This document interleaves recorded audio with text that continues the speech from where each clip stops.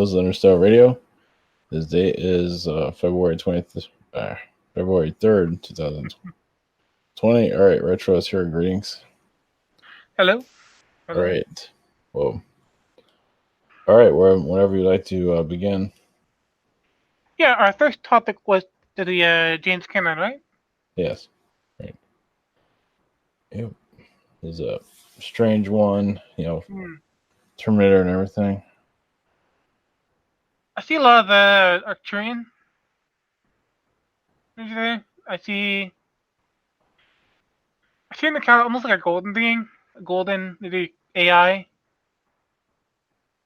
Oh. I see like a robot actually, like almost like a drones or but it's like connected to the Arcturians. Mm-hmm. Some to the Anunnaki, but not to a great extent. He hasn't really been around Earth as long.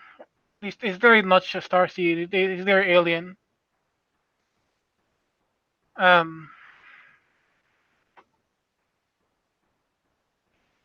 I see Arcturian there mostly. Mm-hmm. Very much. Of course, there's also a bit of other influences. You know, he's got feline, dog people, of course. But largely, I feel the Arcturian presence around him right now.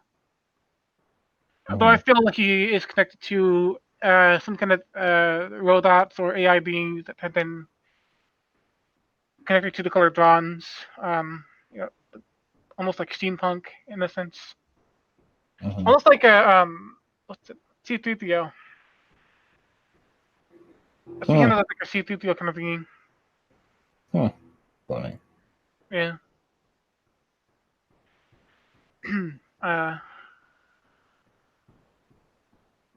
Let's see what else. He's connected to Avatar, right? Yes. Yeah. Yes, that's right.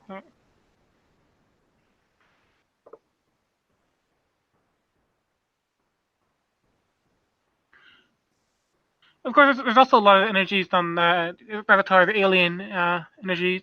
There's feline there, but there's also a mix of different species there. There's something he's made his own. He's kind of made this sort of collected identity, this collected idea of an alien race from his own subconscious memories, his own past life memories, and just kind of made his own thing. Of course, there are some feline energies there. There's also a lot of Sirian and Arcturian energy there too, but mostly Sirian, I'd say. Did you have any questions about James Cameron? Oh, you said it's connected to we saw him as a robot being. So the Terminator is connected to another version of Earth. I don't know. What do you say with that? 1 moment.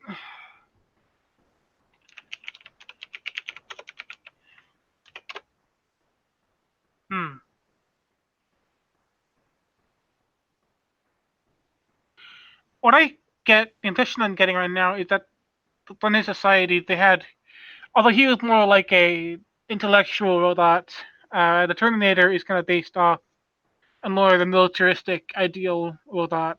Yeah. It's more the military society used in. It's sort of like,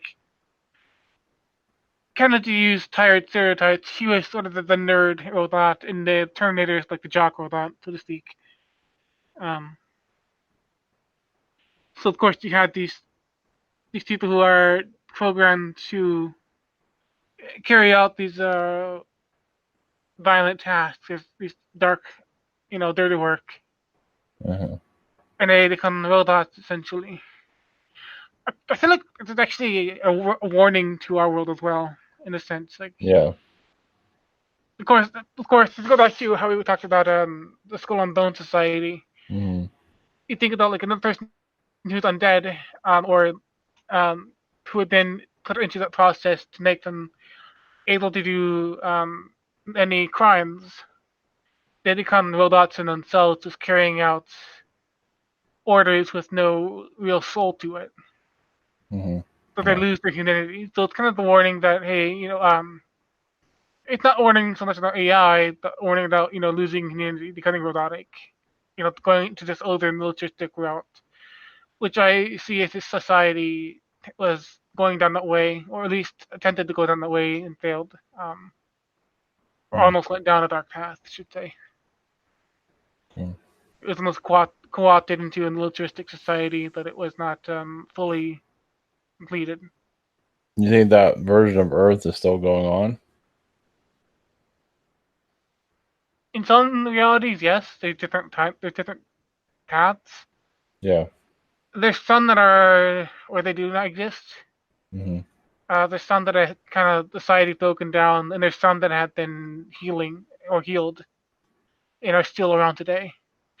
So there's different timelines. Yeah. Okay. But I see most timelines are kind of, or at least half the timelines are uh, more positive. And he made the movie Titanic. You think he was on the Titanic when that happened?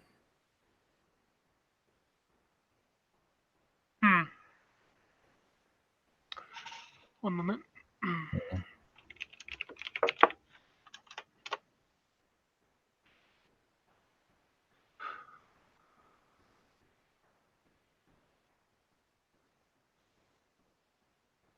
No, I'm not getting that per se. Mm-hmm.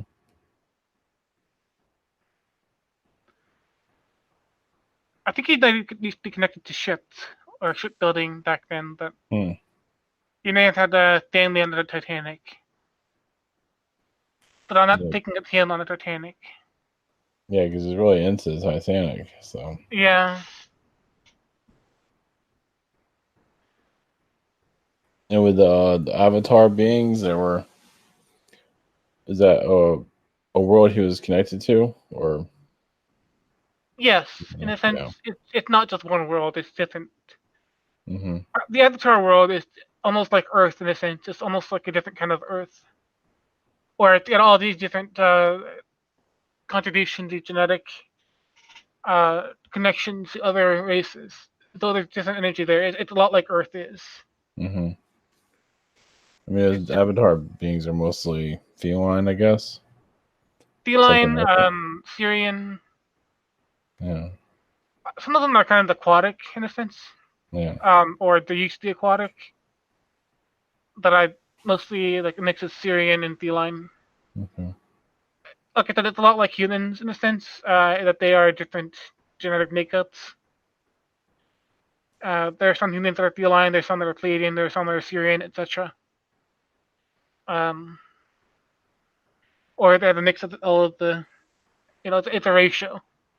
It's not just a feline or it's not a single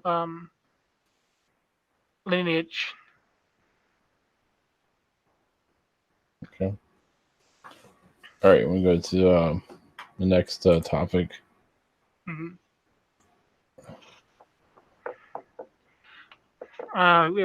The topic was Brazil, right?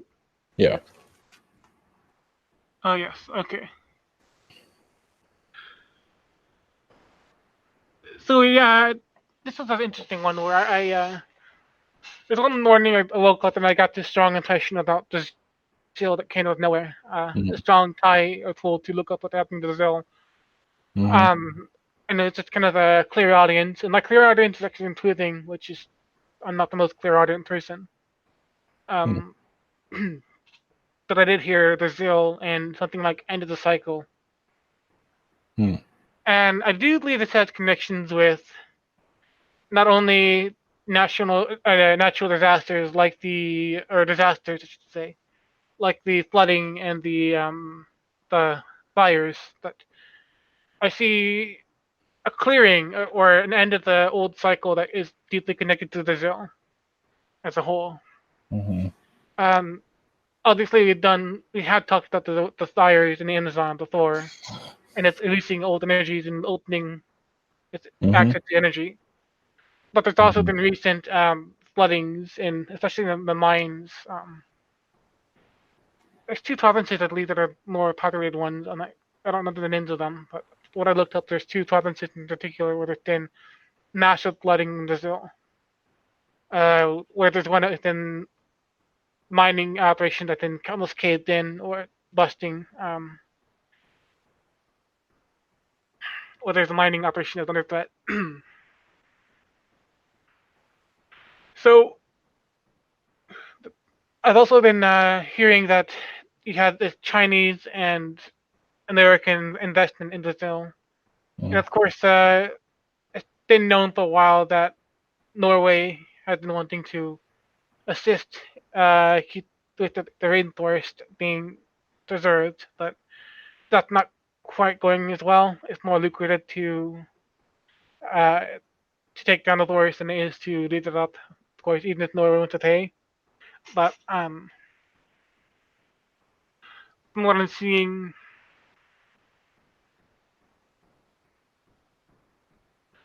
I'm actually seeing a large connection between Brazil and China. China is going through a bit of a resurgence, a small one at the time, that it's going to be a few years, I believe, until I do see China being quite a superpower for at least the next decade, or maybe even 12 years to 20.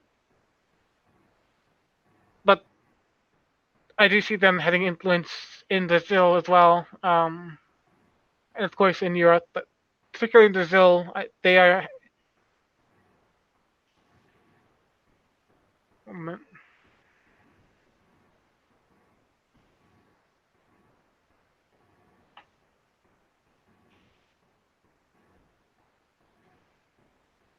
I'm not able to get access to information. It's very much blocked, but I do see there is some sort of ancient knowledge in Brazil that the Chinese wants to have access to. And the U.S. government is aware of this information and wants it to be shut down.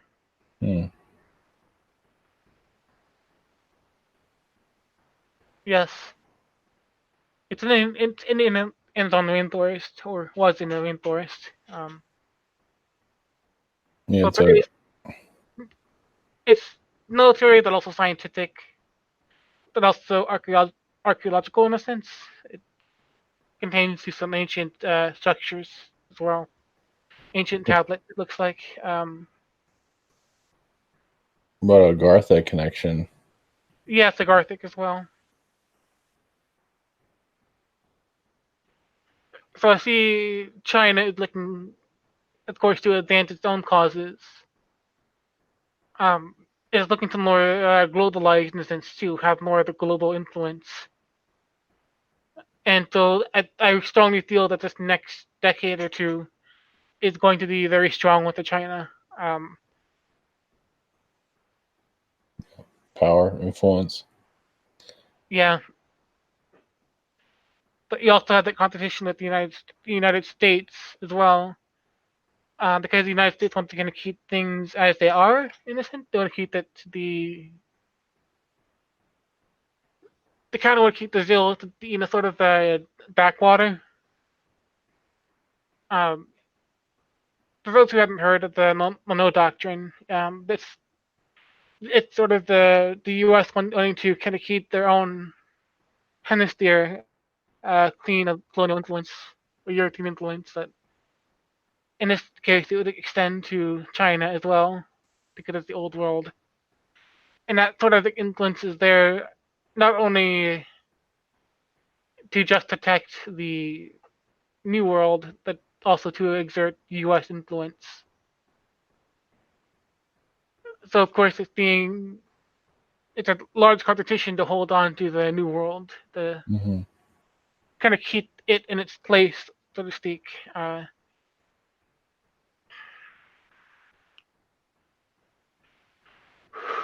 Wow. Yeah, because I don't know. I don't think many people know about the floods in Brazil. Yes, let me look that up a moment.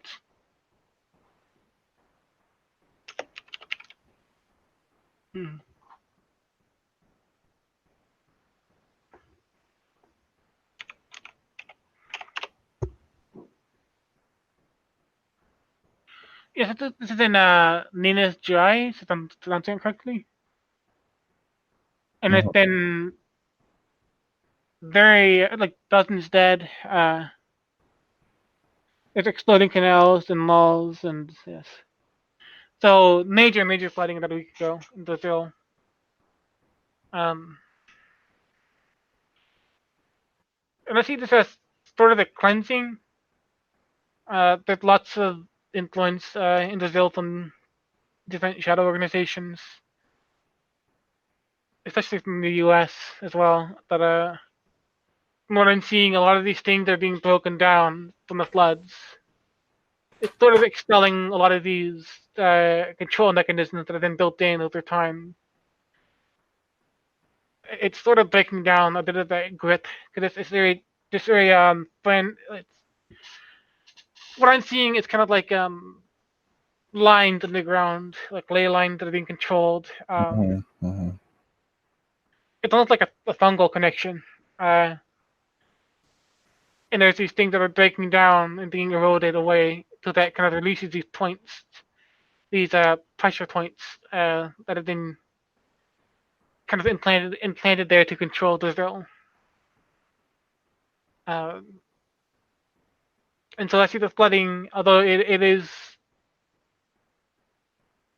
disastrous, it's also wiping away some of the energy that's helping to clear some of the old energies, and it's allowing more uh, fresh energies. The rebuilding, you have people need to rebuild their homes, rebuild infrastructure. And of course, there's a political issue there too. There's corruption within the Brazilian government, but that's also partly controlled by outside powers in a sense. Just as everything is connected to, let's say, the Queen of England, there's a breakdown in the power dynamic of the world. The global power dynamic is being broken down. And right now, Brazil is slowly starting to erode the sort of the grip that outsiders have on them. Yeah. Yeah, the beginning of the like the pole shift, you can say. Yeah. Got long. I feel like I got long ways for that, but maybe not. Who knows? Yes, but Brazil is a very strong example of what's going on right now. Yeah. Thinking of like, especially in the Amazon forest, it's very controlled, protected energy there. It's all very backwater. It's all very. It's not modernized. It's very shadowy. Well, it's almost like Brazil is, or South America is kind of like an Atlantean closet or something. That's where they put all their stuff. Yeah, there's lots of old energy there that is kind of kept there in this. Yeah. It's a time capsule, but it's building up this pressure, and it's kind of, and all these events that are taking place, all this kind of uproar, these natural disasters are sort of just unearthing these energies and this control. Like I said, I see more of a global rebalancing in the next few years, next 2 decades or so. We got the virus going on in China. Some people say it's a cold, but still, it's still pretty bad apparently. I don't know. That might get worse depending. Hard to say. It's interesting though, because I see that the population in China, you have all this. China's had these problems before with Yeah. Population and pollution and having to feed people. And I see eventually, this is not going to be the last outbreak in China. Probably not. Yeah. So even though the next couple of decades are supposed to be, good to China, it's going to be mixed. China itself is getting its act together as well. It's looking good. It's going to have to make itself look good to outsiders. Especially with the space program going on. They're going to be investing in that, puffing their own chest. And of course, it's just kind of trying to rebalance itself as well, rebalancing the global power. Yeah, so Brazil is kind of like a sign of the pole shift in some ways. Yes. Like early signs of it. Yes.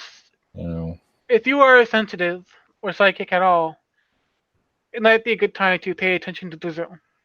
Yeah. I think Venezuela, I guess their economy is getting better, but which is good. Venezuela is going to take a long time. Yeah. Mm-hmm. That is out of some government's hands. Mm-hmm. That is a true Blackwater still at this point. Yeah. Backwater, sorry. I do see a very it's one of the last kind of remains of reptilian influence in this world. Mm-hmm. Um, it's dying down, of course, but it's still kind of holding on to some old energy there. Very dense and darker energy there. A lot of the old Amazon is still alive there. It's not as quick to shift.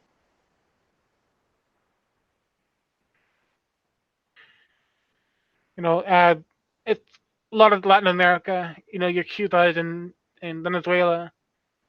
It's kind of taking it easy in a sense. Very quiet. Uh, the same to a degree in Puerto Rico. All right. You want to go to the next topic? Mm-hmm. What is it? Israel, yes. Yeah. So that's one thing I was told to speak about. Was they wanted me to look into Israeli and Illuminati connections, especially architecture in Israel.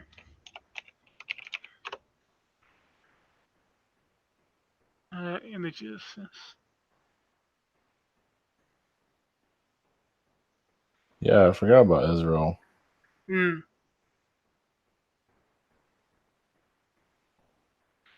I see a lot of Egyptian connection to Israel, actually. Um, Israel is sort of an extension of ancient Egypt, back to Pharaoh days. Hmm. Even there's a building. It looks like I'll show you. But it's gold and blue, the same kind of colors as the Egyptian. You get the golden lapis of Egypt, and I'll show you a picture of it. Oh, sorry, I just kind of touched my microphone. All right. Yeah, I forgot about Brazil. I'm sorry, Israel. Looking at their stuff, I completely forgot. I guess I was not supposed to look at it. Apparently, No. apparently Uh, not. nope. Nope. Well, I guess we're Did you gonna. see that? Yeah, the dome. Yeah, it's funny how everything's off. Funny how the dome sits. Well, apparently the rebuilding of the dome was supposed to be like to call it end of times or something like that. Mm-hmm. Exactly. Modern Israel is actually a continuation of ancient Egypt. Yeah. As controversial as that might sound, that's the energy I'm getting right now is Right. the old empire, the military might, the Yeah, makes sense. Hidden in plain the, sight. what's that? Hidden in plain sight. Yeah. Yeah. I mean, even the Likud party and all that is an extension of the energy of the pharaohs. The political system there is an extension of that energy. Um, so there's a lot kind of going on there, especially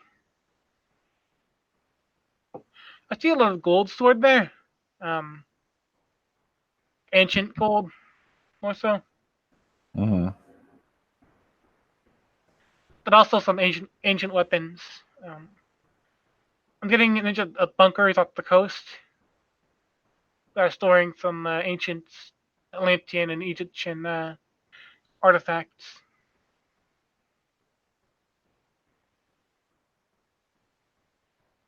And actually, the funny thing is, I even though you think the city, Jerusalem, is, of course, it's important politically to the Jews, the religion, but it's not actually that important to the state of Israel.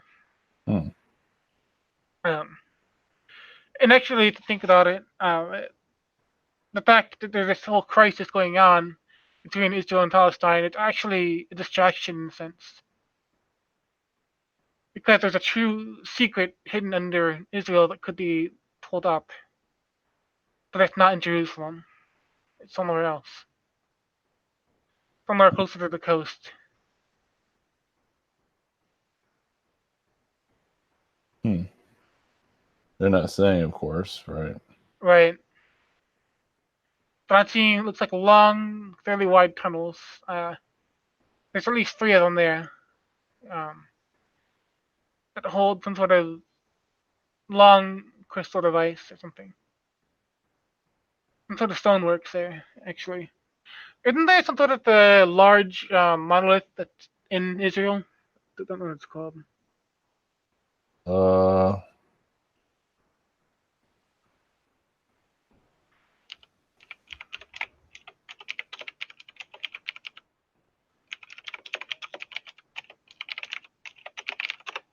I'm looking it up. Like a monument or something, or the Western Stone. This was called. What is it called? The Western Stone, I believe. Oh. Maybe not. The Western Wall? Yeah. Is that what you mean? The Western Wall? Yes, the Western Wall. Sorry. Yeah. It has one of the largest building blocks in the world, of course. Yeah, I've been blocked to look at this stuff. I didn't even really think that far into thinking about Israel. Just never really look at Rome, look at everybody but them. Right. Well, also, it's kind of politically inconvenient to look at Israel. Yeah. To tell the truth, yes. Yeah, well, I think so.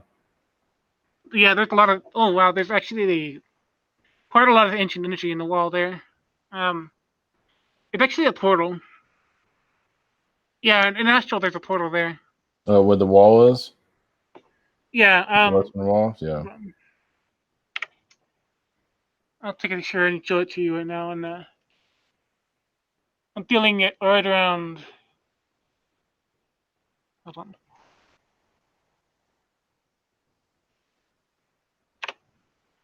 Right around there. Yep.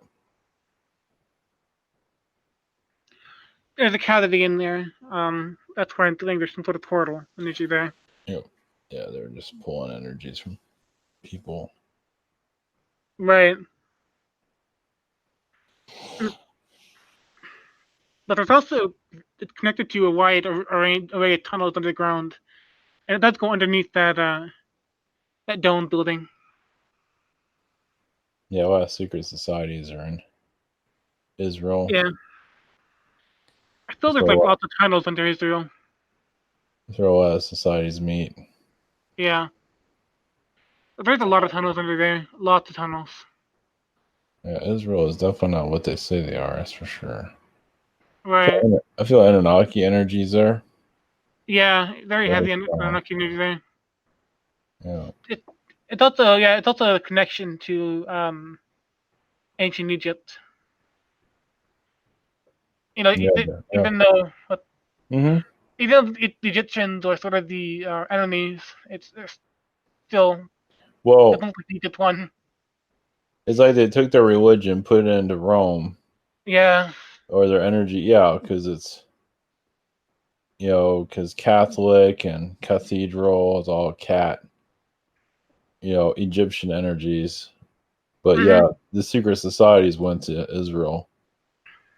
So makes sense. Yeah. Like, look at the right hand while the left does something else. Yeah.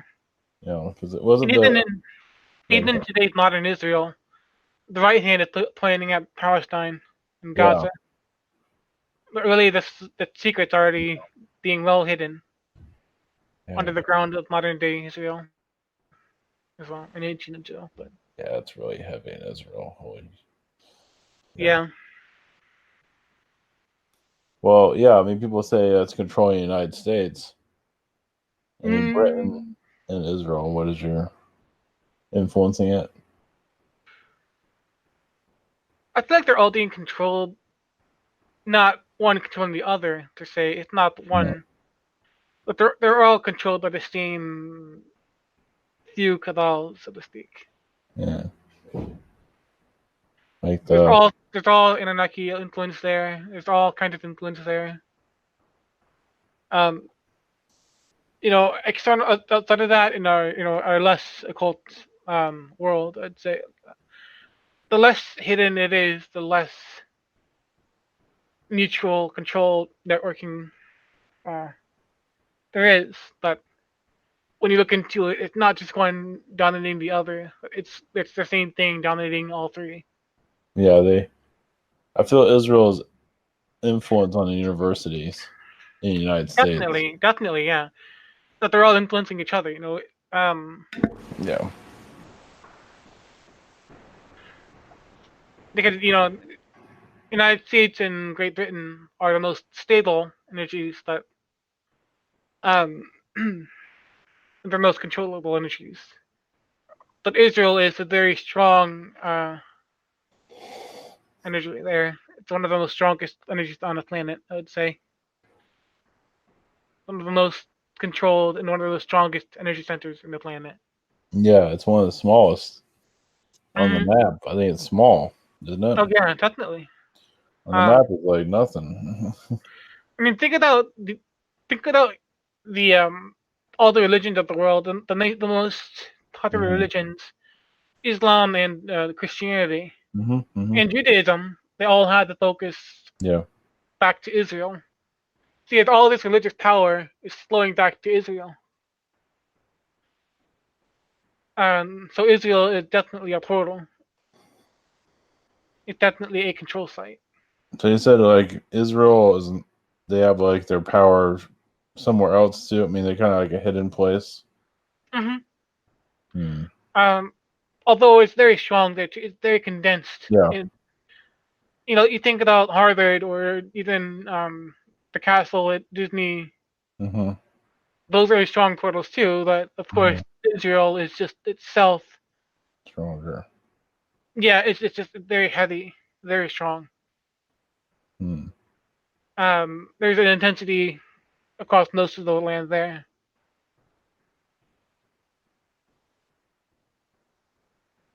Some place like Harvard, it has to draw energy from Yeah. the surroundings. Where Israel is just there. It's just everywhere. It's steeped in this old Egyptian Anunnaki energy. Oh. Yeah. All right. Yeah, I was kind of surprised actually that I just got that. Like, oh yeah, look into Israel. Okay, that sounds fun. Yeah, I mean, I didn't. Yeah, I've been looking at everybody but them. Yeah, like you Look get at your. Babylon. Well, yeah, probably for a reason. I mean, Yep. Yep. Yeah, so one minute. yeah, when you get your YouTube channel shut down, right? You tell me about it. Yeah. You say something nice about Israel. Um. Hmm. It's got let me say that's nice about Israel. Good food. Yeah, nice Really beaches. nice beaches. Yeah, of course. Yeah. Uh, I mean, I think the power structure is hidden, but it's operating somewhere else, not just in Israel. I mean, it's there, but where they're operating is from a different location. Is that what you were saying? Something like that. Is that I actually see a lot of it operating in Israel, just kind of Mhm. plainly. I mean, Israel looks sort of like ground zero Yeah. Okay. in a sense, or one of the ground zeros. Yep. even more so than Harvard. Harvard is even tucked away in Harvard's a Austria. big deal. Yeah. But Israel is just right there. Mm-hmm. It's kind of like you're welcome to come here, but don't come here. Yeah. Something like that. Exactly. Because it's rather small compared to other places, but its influence is immense. So. Oh yeah, definitely. Okay. Oh boy. What else? Yeah. Oh yeah, you want to talk about the Syrian influence in Egypt, right? Yeah. Arab world. Yeah. I see a Syrian influence mostly around the Persian Gulf in Mesopotamia, not so much Israel or Egypt. Yeah, I'd say mostly in like the Fertile Crescent and around the Gulf area. Mm-hmm.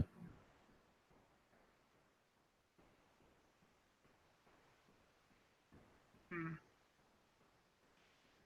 Actually, I see Syrians that used to almost live at one of the old temples uh, back in ancient Mesopotamia. One of the ziggurats was built to a Syrian god that actually landed on the earth. There's actually a Syrian alien that lived on this planet for a while, I'm saying. That cohabitated with the humans. Yeah.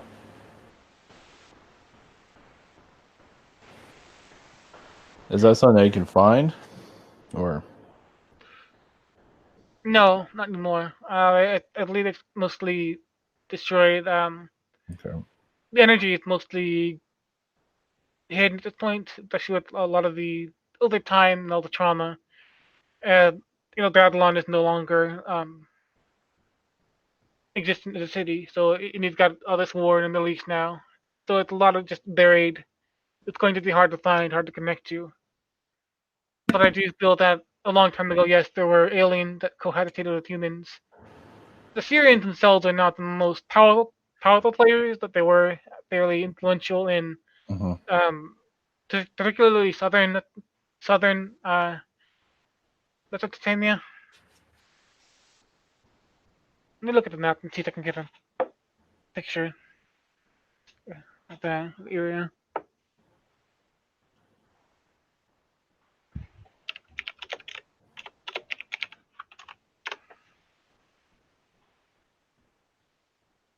Mm.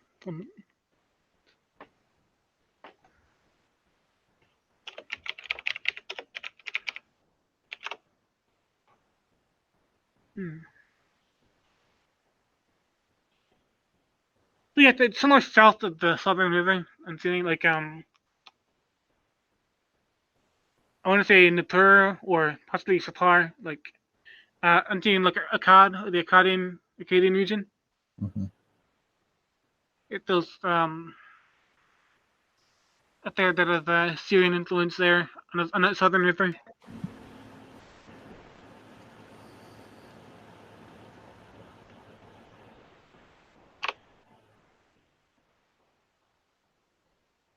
Um,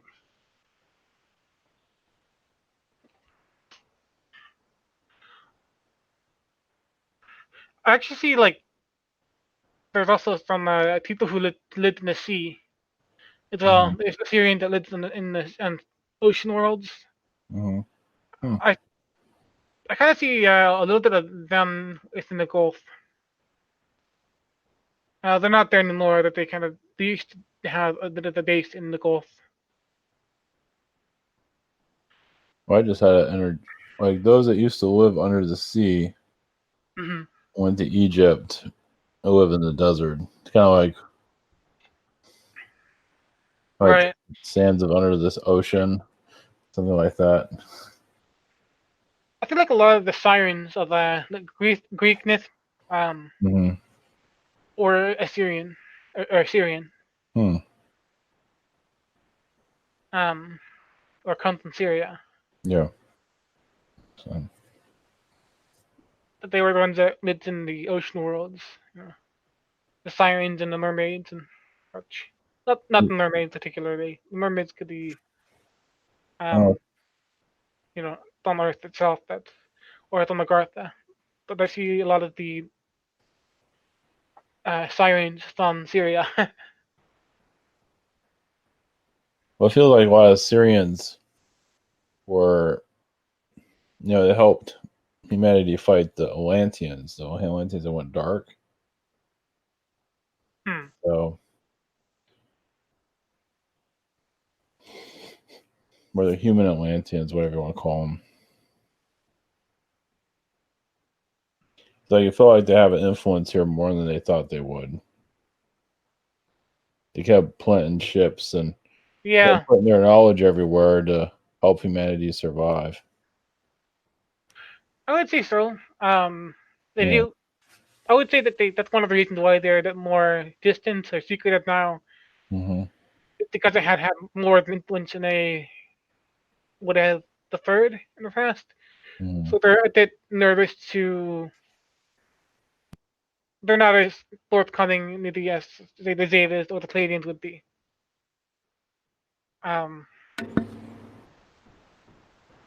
Because they did have they had a stronger influence on Earth than they thought they would have in the past. Yeah, that's what it feels So like. they're kind of watching them. So they're kind of watching what they do. Yeah, it's kind of like, oh yeah, we'll come here and help, evolve society and all. It's like, whoa, wait a minute, now we're doing a lot more than we thought we'd be doing. Yeah. That's the energy I get from it. Like, what do you feel? I don't know if you already said this or not, but the energy of Egypt and Syria, or Syrian, alien Syrians, is it scattered, or is it a lot, or is it Scattered? Yeah. okay? I feel like the Syrians were here before the time of Egypt. Yeah. Wait, no. But the Anunnaki kind of scattered that energy around. Yeah. What about Muhammad? The prophet Muhammad, is that a Syrian energy or? Let me look here. Yeah, okay, prophet Muhammad. I always feel like a Syrian connection with the Arab world. And Muhammad is pretty big. Definitely, yeah. Okay.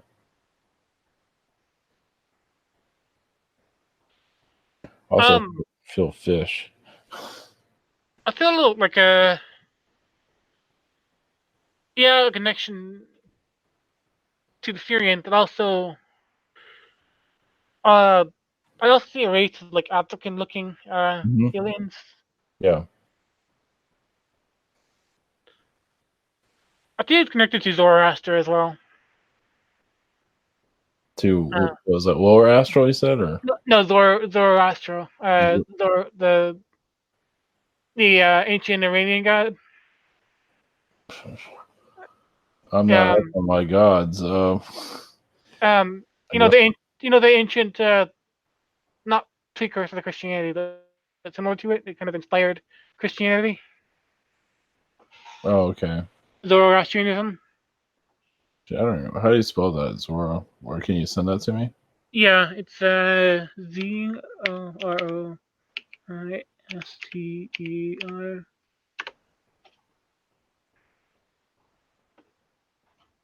Huh. Because if you look at the pictures I'm seeing on Google at the top, it do look quite a lot like. Yep. Yeah. Okay, gotcha. Yeah, man. Good luck on keeping track of all of this stuff. Mm-hmm. But yeah, a lot. There's a documentary out there about how many. There's like a bunch of different versions of Jesus. I think even Babylon has a version of it too. So yeah. Like I feel like yes, actually Zoroaster and Prophet Muhammad are actually connected. They might be the same being in a sense. Although the Prophet did take a bit of a slightly darker turn. That's more of a cultural. Maybe not the Prophet himself, but there's a cultural darker turn. For Muhammad or for Muhammad. Muhammad, yeah. Well, yeah, it got shut down. He got shut down. It was putting too much out there. Yeah, but he also then kind of made into because he started off more like a mystic, but then it became more about running an empire. it kind of influenced the running these different very legalistic empires compared to, well, it's a spectrum. You had some empires that were monistic and some are more legalistic. So it's not. Um, I have to kind of careful what I say, of course, because I don't want to misrepresent anything, as a Western Yeah. Yeah. person. Um, so of course, I do feel there's a deep connection between Islam and Zoroastrianism. Definitely. Yeah. I can see it. Hmm. Yeah. Zoroastrianism is the ancient religion of Persia. Uh, back in the day, the ancient Greece and Persia, when they went to war, Yeah. Zoroastrianism was alive and well then. So.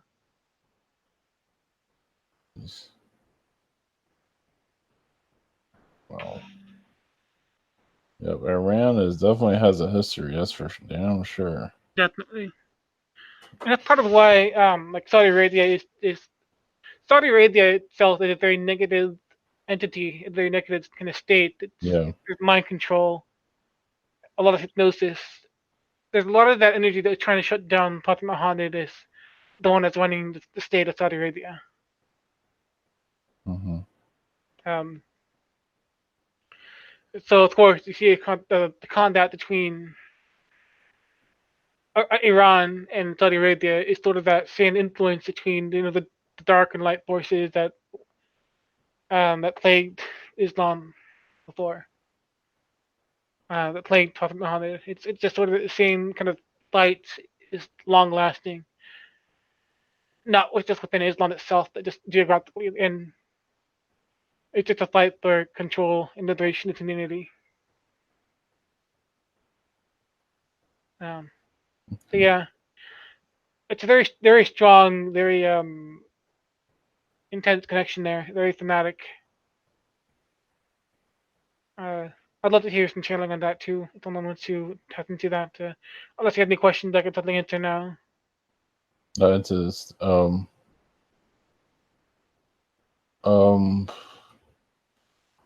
Well, we can go to. We're running out of time. Let's go to the next. Okay. Yeah. Just leave me. Yeah, leave a note on. We can do it next. Mm-hmm. I'm just looking at Saudi Arabia and all the stuff I have not covered yet. Jeez. Yeah. So, anything? Oh, is there anything else you want to go into that? Into Syrians or anything? Yes, it's just that there's a lot of portals there. A lot of it's very easy. It's very easy to influence the world from that position. Mm-hmm. It's the cornerstone of the old world. Africa, Europe, and Asia all kind of meet in one general area. Yeah. In the Middle East. So you had the Nile River, and you had the Arabian Peninsula, and you have Greece and Turkey, and all this connecting the whole world together, in a sense, or the most of the world together, I should say. And it all goes into the Mediterranean Sea. So it's just a huge portal energy around that area and around the Eastern Mediterranean. So if you were to control that, no matter who you were, if you had control of that region, you had a very strong influence on our planet, in far-reaching places in our history. Mm-hmm. It's one of the, like I kind of alluded to, the planet having a nervous system. Mm-hmm.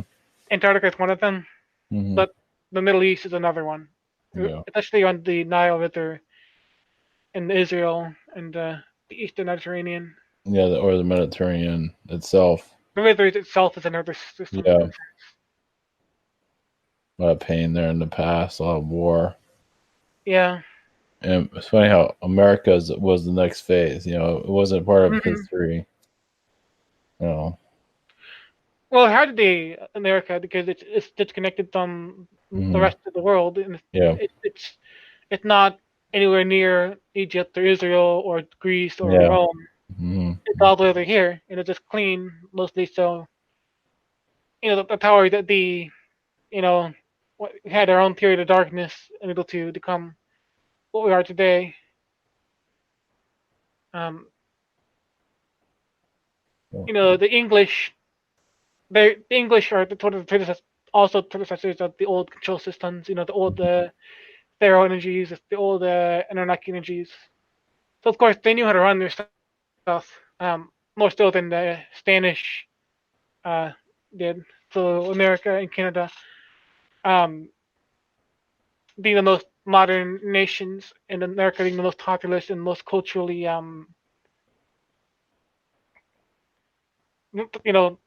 a lot of factors. I'm not trying to, say America's all that great or bad or anything, but a lot of factors have made America to be the next experiment. Yeah. But it's not just America now; it's also China and Brazil and India. All right. It's kind of all that old energy is breaking down, all that old control. It's going into the next phase where it's globalizing. It's activating itself. It's not shutting down as much. Very good. Yeah. All right. All right. Closing out. I guess we can talk about. We'll just figure it out. Do you want to be tapping anything for you or? Sure, if you'd like to. Yeah. What I got was I think this is a message earlier in the week about like health issues they've been going through. Mm-hmm. It's also for you to because you're very alien, you kind of have to have those issues to get used to this Earth's energy. So it's kind of like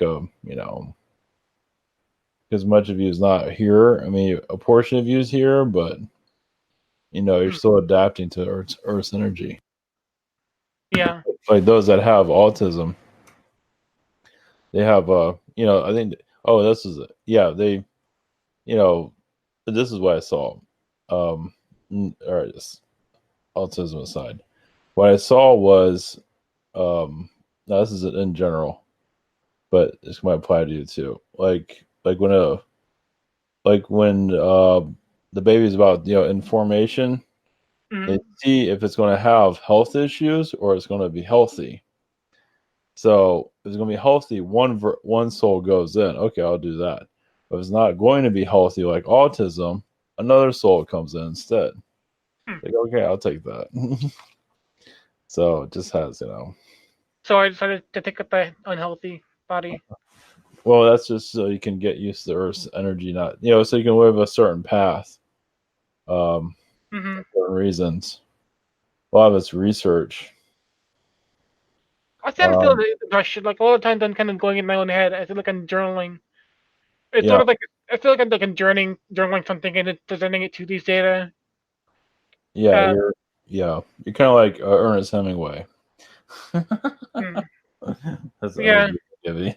Like like a like an astro, I'm writing the human condition in a sense and saying, this is what's going on. yeah. Um, I keep getting Ernest Hemingway, like a Zeta version of it. yeah. You're in the back in the you're in the sidelines or the you're not seeing, but you're pulling in a lot of information, of course. So Hmm.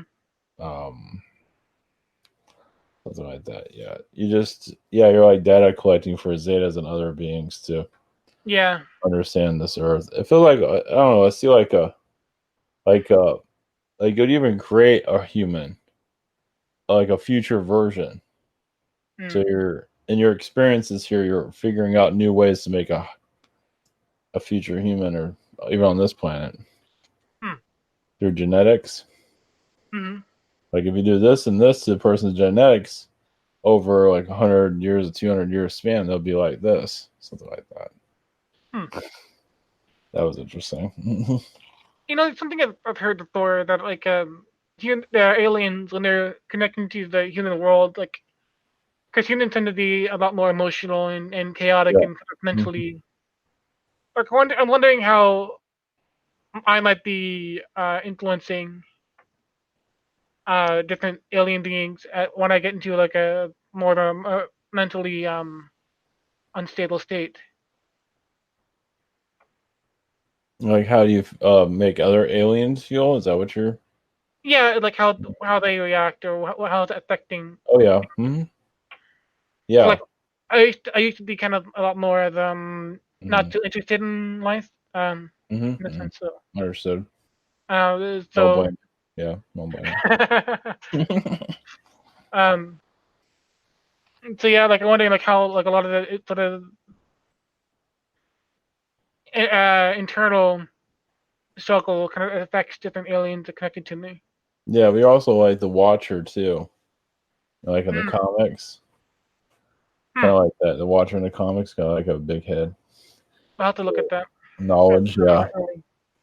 Yeah, you're kind of like he's connected to the multiverse, different versions of Earth. Oh yeah. The what if. What if this happened? What if that? So I definitely saw the Watcher there. That version of it, yeah. So data Watcher or something something like that, something around those lines, yeah. Well, yeah, for next week. I've been feeling more of the Zeta energies. Like, what's their influence here? Like, when somebody gets old, you can kind of sense they look like a Zeta in some ways because of wrinkles. Right. Depending on the person. Mm-hmm. So, your influence here is more than I thought it was.